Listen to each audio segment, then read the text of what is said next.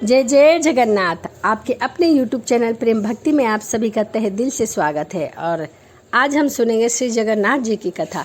तो चलिए ज़्यादा समय न लगाते हुए कथा को शुरू करते हैं। एक बार भगवान श्री कृष्ण सो रहे थे और निद्रा अवस्था में थे। उनके मुख से राधा जी का नाम निकला। पटरानियों को लगा कि वह प्रभु की इतनी सेवा करती है, परंतु प्रभु सबसे ज़्यादा राधा जी का ही स्मरण करते हैं। रुक्मणी जी एवं अन्य रानियों ने रोहिणी जी से राधा रानी और श्री कृष्ण के प्रेम और ब्रज लीलाओं का वर्णन करने की प्रार्थना की। तभी माता ने कथा सुनाने की हामी भी भर दी, लेकिन यह भी साथ में कहा कि श्री कृष्ण और बलराम को इसकी भनक भी न लगे। तय हुआ कि सभी रानियों को रोहिणी जी एक गुप्त स्थान पर कथा सुनाएंगी, वहाँ कोई और ना आए। इसके लिए सुभद्रा जी को पहरा देने के लिए कहा गया। सुभद्रा जी आदेश हुआ वह स्वयं श्री कृष्ण या बलराम भी आए तो उन्हें अंदर न आने देना। माता ने कथा सुनानी शुरू कर दी। सुभद्रा द्वार पर तैनात थी। थोड़ी देर में श्री कृष्ण एवं बलराम वहां आ पहुंचे। सुभद्रा ने अंदर जाने से रोक दिया। इससे भगवान श्री कृष्ण को कुछ संदेह हुआ। वह बाहर से ही अपनी सूक्ष्म शक्ति द्वारा अंदर की माता द्वारा वर्णित व्रज लीलाओं का आनंद लेकर सुनने लगे। बलराम जी भी कथा का आनंद लेने लगे। कथा सुनते सुनते श्री कृष्ण, बलराम और सुभद्रा के हृदय में ब्रज के प्रति अद्भुत प्रेम भाव उत्पन्न हुआ। उस भाव ने उनके पैर हाथ सिकुड़ने लगे, जैसे बाल्यकाल में तीनों राधा जी की कथा में ऐसे विभोर हुए कि मूर्ति के समान जड़ प्रतीक होने लगे। बड़े ध्यान पूर्वक देखने पर भी उनके हाथ पैर दिखाई नहीं देते थे। सुदर्शन ने भी द्रवित होकर लंबा रूप धारण कर लिया। इसी समय देव मुनि नारद वहां आ पहुँचे। भगवान के इस रूप को देखकर आश्चर्यचकित हो गए और निहारते हुए पूछा। कुछ समय बाद जब तंद्रा भंग हुए तो नारद जी ने प्रणाम करके भगवान श्री कृष्ण से कहा, हे प्रभु, मेरी इच्छा है कि मैंने आज जो रूप आपका देखा है वह रूप आपके भक्त जनों को पृथ्वी लोक पर चिरकाल तक देखने को मिले। आप इस रूप में पृथ्वी पर वास करें। भगवान श्री कृष्ण नारद जी की बात से प्रसन्न हुए और उन्होंने कहा कि ऐसा ही होगा। कली काल में इसी रूप में नीलांचल क्षेत्र में अपना स्वरूप प्रकट करूंगा। कलयुग आगमन के उपरांत प्रभु की प्रेरणा से मालव राजा इंद्रधुम्न ने भगवान श्री कृष्ण, बालभद्र जी और बहन सुभद्रा जी की ऐसे ही प्रतिमा जगन्नाथ मंदिर में स्थापित कराई। राजा इंद्रधुम्न श्रेष्ठ प्रजापालक राजा था। प्रजा उन्हें बहुत प्रेम किया करती थी। प्रजा सुखी और संतुष्ट थी। राजा के मन में इच्छा थी कि वह कुछ ऐसा करे जिससे सभी उन्हें स्मरण करें। देव योग से इंद्रधुम्न के मन में एक अज्ञात कामना प्रकट हुई। वह ऐसा मंदिर का निर्माण कराए जैसा दुनिया में कहीं न हो। इंद्रधुम्न विचार करने लगे कि आखिर उनके मंदिर में किस देवता की मूर्ति स्थापित करें। राजा के मन में यही इच्छा और चिंता बार बार चल रही थी। एक रात इसी पर गंभीर चिंतन करते हुए सो गए। नींद में राजा ने एक सपना देखा। सपने में उन्हें एक देव वाणी सुनाई पड़ी। इंद्रधुम्न ने सुना, राजा, तुम पहले नए मंदिर का निर्माण आरंभ करो। मूर्ति विग्रह की चिंता छोड़ दो। उचित समय आने पर तुम्हें स्वयं राह दिखाई पड़ेगा। राजा नींद से जागे। सुबह होते ही उन्होंने अपने मंत्रियों को सपने की बात बताई। राजा पुरोहित के सुझाव पर शुभ मुहूर्त में पूर्वी समुद्र तट पर एक विशाल मंदिर के निर्माण का निश्चय किया।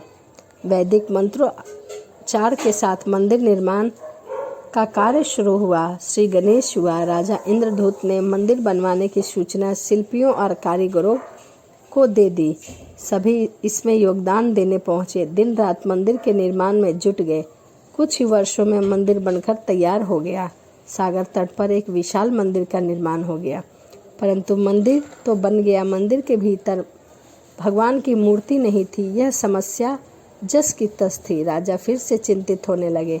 एक दिन मंदिर के गर्भगृह में बैठकर इसी चिंतन में बैठे थे कि राजा की आंखों से आंसू निकल आए। राजा ने भगवान से विनती की, प्रभु आपके किस स्वरूप को इस मंदिर में स्थापित करूं? इसी चिंता से वह व्याकुल थे। उन्हें कोई भी मार्ग दिखाई नहीं दे रहा था।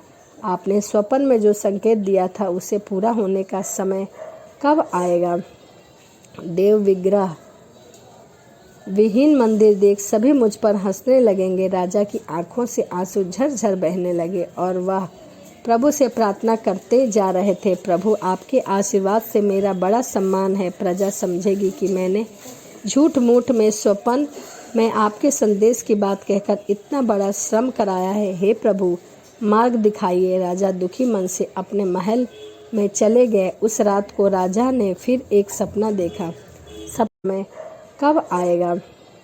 देव विग्रह विहीन मंदिर देख सभी मुझ पर हंसने लगेंगे। राजा की आंखों से आंसू झरझर बहने लगे और वह प्रभु से प्रार्थना करते जा रहे थे, प्रभु आपके आशीर्वाद से मेरा बड़ा सम्मान है। प्रजा समझेगी कि मैंने झूठ मूठ में स्वप्न में आपके संदेश की बात कहकर इतना बड़ा श्रम कराया है। हे प्रभु मार्ग दिखाइए। राजा दुखी मन से अपने महल में चले गए। उस रात को राजा ने फिर एक सपना देखा। सपने में उसे देववाणी सुनाई दी, राजन यहाँ निकट में ही भगवान श्री कृष्ण का विग्रह रूप है। तुम उन्हें खोजने का प्रयास करो, तुम्हें दर्शन अवश्य मिलेगा। इंद्रदूत ने स्वप्न की बात पुनः पुरोहित और मंत्री को बताई। सभी यह निष्कर्ष कर पहुँचे कि प्रभु की कृपा सहज प्राप्त नहीं होगी, उसके लिए हमें निर्मल मन से परिश्रम करना पड़ेगा। अब वह सभी लोग परिश्रम करना शुरू कर दिए। भगवान के विग्रह का पता लगाने की जिम्मेदारी राजा इंद्रधुम्न ने चोर विद्वान पंडित को सौंप दिया। प्रभु इच्छा से प्रेरित होकर चारों विद्वान चारों दिशा में निकल पड़े। उन चारों में एक विद्वान थे, विद्यापति। वह चारों के में सबसे कम उम्र के थे। प्रभु के विग्रह की खोज के दौरान उन्हें साथ बहुत से अलौकिक घटना भी दिखाई दी। कुछ आगे चलने के बाद विद्यापति उत्तर की ओर मुड़े तो उन्हें एक जंगल दिखाई दिया। वन में भयानक था। विद्यापति श्री कृष्ण के उपासक थे। उन्होंने श्री कृष्ण के नाम का स्मरण किया और राह दिखाने की प्रार्थना की। भगवान श्री कृष्ण ने प्रेरणा से उन्हें राह दिखाने लगे। प्रभु का नाम लेते वह वन में चले जा रहे थे। जंगल के मध्य उन्हें एक पर्वत दिखाई दिया। पर्वत के वृक्षों में संगीत की ध्वनि और सुरमय गीत सुनाई पड़ रहा था। विद्यापति संगीत के जानकार थे। उन्हें वहां मृदंग, बंसी और करताल की मिश्रित ध्वनि सुनाई दे रही थी। यह संगीत उन्हें दिव्य लगा। संगीत की लहरियों को खोजते विद्यापति आगे बढ़ गए। वहां जल्दी ही पहाड़ की चोटी पर पहुंच गए। पहाड़ के दूसरी ओर उन्हें एक सुंदर घाटी दिखाई पड़ी जहां भील नृत्य कर रहे थे। विद्यापति उस दृश्य को देखकर मंत्रमुग्ध हो गए। सफर के कारण वह थक गए थे, पर संगीत से थकान मिट गई थी और उन्हें नींद आने लगी। अचानक एक बाघ की गर्जना सुनकर विद्यापति घबरा उठे। बाघ उनकी ओर दौड़ता आ रहा था। बाघ को देखकर विद्यापति घबरा गए और बेहोश होकर वहीं गिर पड़े। बाघ विद्यापति पर आक्रमण करने ही वाला था, तभी एक स्त्री ने बाघ को पुकारा। बाघा उसकी आवाज सुनकर बाघा मौन खड़ा हो गया। स्त्री ने उसे लौटने का आदेश दिया तो बाघ वहां से लौट गया। उस स्त्री के पैरों के पास ऐसे लौटने लगा जैसे कोई बिल्ली पुचकार कर सुनकर खेलने लगती है। युवती बाघ की पीठ को प्यार से थपथपाने लगी और बाघ स्नेह से लौट गया। वह स्त्री वहां मौजूद स्त्रियों में सर्वाधिक सुंदर थी। वह भीलों के राजा विश्ववसु की इकलौती पुत्री ललिता थी। ललिता ने अपनी सेविकाओं को अचेत विद्यापति की देखभाल के लिए भेजा। सेविकाओं ने झरने के जल लेकर विद्यापति पर छिड़काव किया। कुछ देर बाद विद्यापति की चेतना लौटी। उन्हें जल पिलाया गया। विद्यापति यह सब देखकर कुछ आश्चर्य में थे। ललिता विद्यापति के पास आई और पूछा, आप कौन हो और भयानक जानवरों से भरे हुए इस जंगल में आप कैसे पहुँचे? आपके आने का प्रयोजन बताइए ताकि मैं आपकी सहायता कर सकूं। विद्यापति के मन में बाघ का भय पूरी तरह गया नहीं था। ललिता ने यह बात भाप ली थी और उन्हें सांत्वना देने लगी। कहा, हे विप्रे, आप मेरे साथ चले। जब आप मेरे स्वस्थ हो तब आप यहाँ से जाने का प्रस्थान करें। विद्यापति ललिता के पीछे पीछे उनकी बस्ती की तरफ चले गए। विद्यापति भीलों के प्रजा विश्ववसु से मिले और उन्हें अपना परिचय दिया। विश्ववसु विद्यापति जैसे विद्वान से मिलकर बड़े प्रसन्न हुए।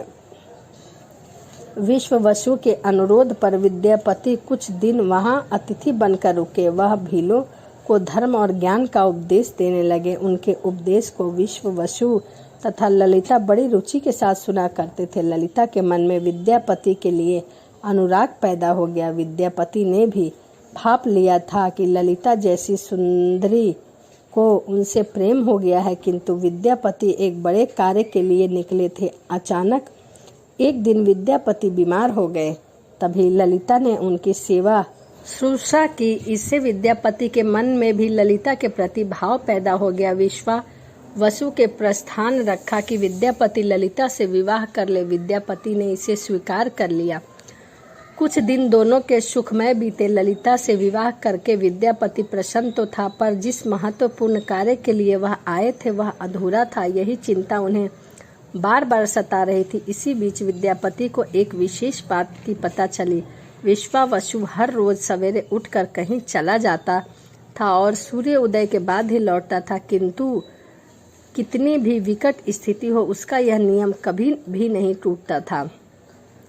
विश्ववसु के इस व्रत पर विद्यापति को आश्चर्य हुआ। उनके मन में इस रहस्य को जानने की इच्छा हुई। आखिर विश्वराजन, यहाँ निकट में ही भगवान श्री कृष्ण का विग्रह रूप है। तुम उन्हें खोजने का प्रयास करो, तुम्हें दर्शन अवश्य मिलेगा। इंद्रदूत ने स्वप्न की बात पुनः पुरोहित और मंत्री को बताई। सभी यह निष्कर्ष कर पहुँचे कि प्रभु की कृपा सहज प्राप्त नहीं होगी। उसके लिए हमें निर्मल मन से परिश्रम करना पड़ेगा। अब वह सभी लोग परिश्रम करना शुरू कर दिए। भगवान के विग्रह का पता लगाने की जिम्मेदारी राजा इंद्रधुम्न ने चोर विद्वान पंडित को सौंप दिया। प्रभु इच्छा से प्रेरित होकर चारों विद्वान चारों दिशा में निकल पड़े।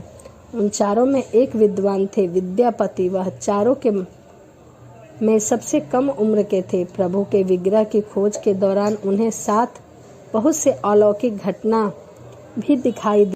कुछ आगे चलने के बाद विद्यापति उत्तर की ओर मुड़े तो उन्हें एक जंगल दिखाई दिया।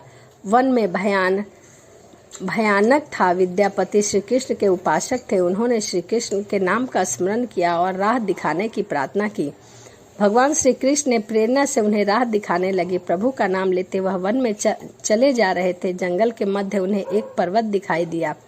पर्वत के वृक्षों में संगीत की ध्वनि और सुरमय गीत सुनाई पड़ रहा था। विद्यापति संगीत के जानकार थे। उन्हें वहां मृदंग, बंसी और करताल की मिश्रित ध्वनि सुनाई दे रही थी। यह संगीत उन्हें दिव्य लगा। संगीत की लहरियों को खोजते विद्यापति आगे बढ़ गए। वहां जल्दी ही पहाड़ की चोटी पर पहुंच गए। पहाड़ के दूसरी ओर उन्हें एक सुंदर घाटी दिखाई पड़ी जहां भील नृत्य कर रहे थे। विद्यापति उस दृश्य को देखकर मंत्रमुग्ध हो गए। सफर के कारण वह थक गए थे, पर संगीत से थकान मिट गई थी और उन्हें नींद आने लगी। अचानक एक बाघ की गर्जना सुनकर विद्यापति घबरा उठे। बाघ उनकी ओर दौड़ता आ रहा था। बाघ को देखकर विद्यापति घबरा गए और बेहोश होकर वहीं गिर पड़े।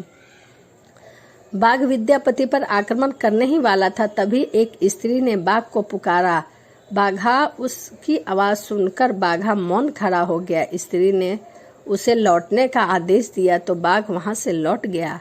उस स्त्री के पैरों के पास ऐसे लौटने लगा जैसे कोई बिल्ली पुचकार कर सुनकर खेलने लगती है। युवती बाघ की पीठ को प्यार से थपथपाने लगी और बाघ स्नेह से लौट गया। वह स्त्री वहां मौजूद स्त्रियों में सर्वाधिक सुंदर थी। वह भीलों के राजा विश्ववसु की इकलौती पुत्री ललिता थी। ललिता ने अपनी सेविकाओं को अचेत विद्यापति की देखभाल के लिए भेजा। सेविकाओं ने झरने के जल लेकर विद्यापति पर छिड़काव किया। कुछ देर बाद विद्यापति की चेतना लौटी। उन्हें जल पिलाया गया। विद्यापति यह सब देखकर कुछ आश्चर्य में थे।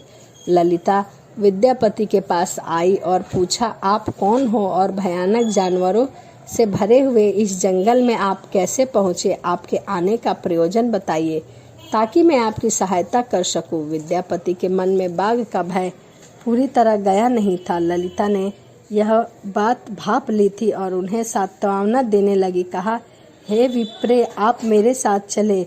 जब आप मेरे स्वस्थ हो तब आप यहाँ से जाने का प्रस्थान करें। विद्यापति ललिता के पीछे पीछे उनकी बस्ती की तरफ चले गए। विद्यापति भीलों के प्रजा विश्ववसु से मिले और उन्हें अपना परिचय दिया। विश्ववसु विद्यापति जैसे विद्वान से मिलकर बड़े प्रसन्न हुए।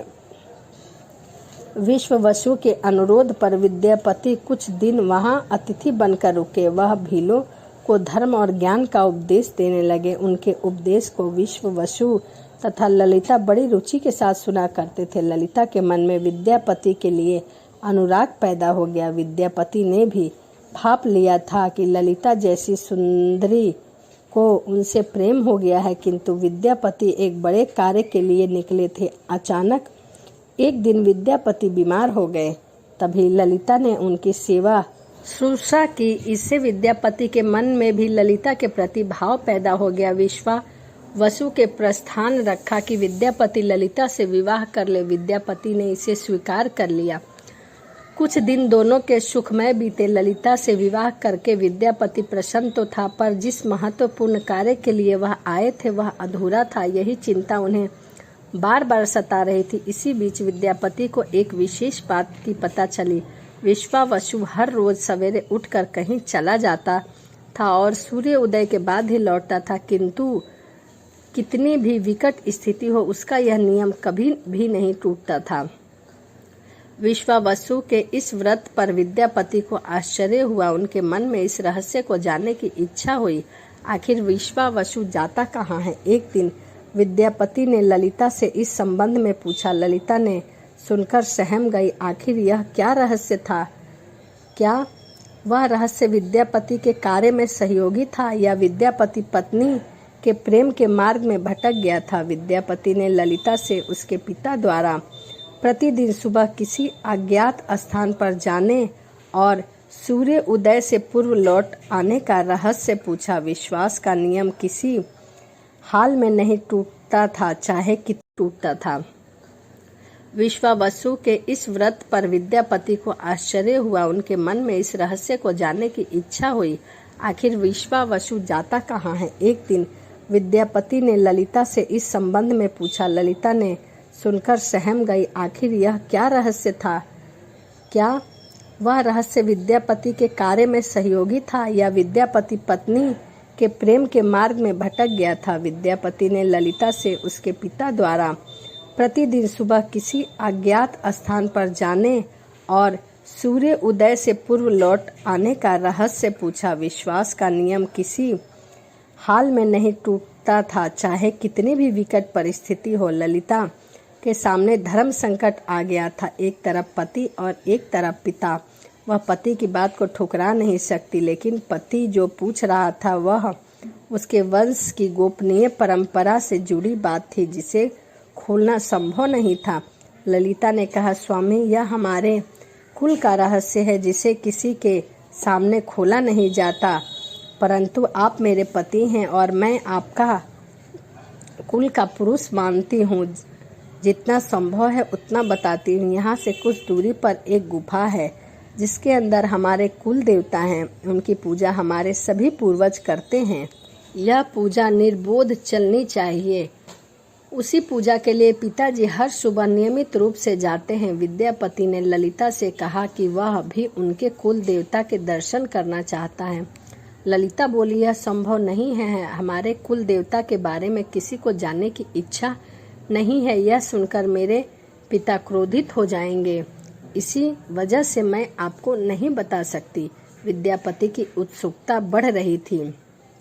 वह तरह तरह से ललिता के अपने प्रेम की शपथ देकर उसे मनाने लगे। आखिरकार ललिता ने कहा कि वह अपने पिताजी से विनती करेगी कि वह आपको देवता के दर्शन करा दे। ललिता के पिता से सारी बात कही। वह क्रोधित हो गए। ललिता ने जब यह कहा कि मैं आपकी अकेली संतान हूँ, आपके बाद देवता के पूजा का दायित्व मेरा होगा, इसीलिए मेरे पति का यह अधिकार बनता है, क्योंकि आगे उसे पूजा करनी होगी। विश्ववसु इस तर्क के आगे झुक गए और बोले, गुफा के दर्शन किसी को तभी कराए जा सकते हैं जब वह भगवान की पूजा का दायित्व अपने हाथ में ले ले। विद्यापति ने दायित्व को स्वीकार किया तो विश्वावसु देवता के दर्शन कराने को राजी हुए। दूसरे दिन सूर्य उदय से पूर्व विद्यापति की आंखों पर पट्टी बांधकर विश्वावसु उनका दाहिना हाथ पकड़कर गुफा की तरफ ले निकले। विद्यापति ने मुट्ठी में सरसों रख लिया, जिसे रास्ते में छोड़ते हुए गए। गुफा के पास पहुंचकर विश्वावसु रुके और गुफा के पास पहुंच गए। विश्वावसु ने विद्यापति की आंखों की पट्टी को खोल दी। उस गुफा के नीले रंग का प्रकाश चमक उठा। हाथों में मुरली लिए भगवान श्री कृष्ण का रूप विद्यापति को दिखाई दिया। विद्यापति आनंद मग्न हो गए। उन्होंने भगवान के दर्शन किए। दर्शन के बाद तो जैसे विद्यापति जान ही नहीं चाहते थे, परंतु विश्वावसु ने लौटने का आदेश दिया। फिर उनकी आंखों पर पट्टी बांधी और दोनों लौट पड़े। लौटने पर ललिता ने विद्यापति से पूछा। विद्यापति ने गुफा में दिखे अलौकिक दृश्य के बारे में पत्नी को बताया भी उससे उचित नहीं समझा। वह टाल गए। वह तो जानकारी हो चुकी थी कि विश्वावसु श्री कृष्ण की मूर्ति की पूजा करते हैं। विद्यापति को आभास हो गया कि महाराज ने स्वप्न में जिस प्रभु का विग्रह देखा था, जिसके वाणी सुनी थी, वह यही मूर्ति थी। विद्यापति विचार करने लगे कि किसी तरह इस मूर्ति को लेकर राजधानी पहुंचना होगा। वह एक तरफ तो गुफा से मूर्ति को लेकर जाने की सोच रहे थे, दूसरी तरफ भील राजा और पत्नी के साथ विश्वासघात के विचार से उनका मन व्यथित हो रहा था। विद्यापति धर्म अधर्म के बारे में सोचता रहा। फिर विचार आया कि यदि विश्वावसु ने सचमुच उस पर विश्वास किया है तो आंखों पर पट्टी बांधकर गुफा तक नहीं ले जाता, इसीलिए उसके साथ विश्वासघात का प्रश्न नहीं उठता। उसने गुफा से मूर्ति चुराने का मन बना लिया। विद्यापति ने ललिता से कहा कि वह अपने माता पिता के दर्शन करने के लिए जाना चाहता है, वे उसे लेकर परेशान होगा। ललिता भी साथ चलने को तैयार हो गई। विद्यापति ने यह कह कर समझा दिया कि वह शीघ्र लौटेगा, उसके बाद उसे लेकर जाएगा। ललिता मान गई। विश्वावसु ने उसके लिए घोड़े का प्रबंध किया। उस तक सरसों के दाने के पौधे निकल आए थे। उनको देवता विद्यापति गुफा तक पहुंच गया। उसके भगवान की स्तुति की और क्षमा प्रार्थना के बाद उनकी मूर्ति उठाकर झोले में रख ली। शाम तक वह राजधानी पहुंच गया और सीधा राजा के पास गया। उसने दिव्य प्रतिमा राजा को सौंप दी और पूरी कहानी सुना दी।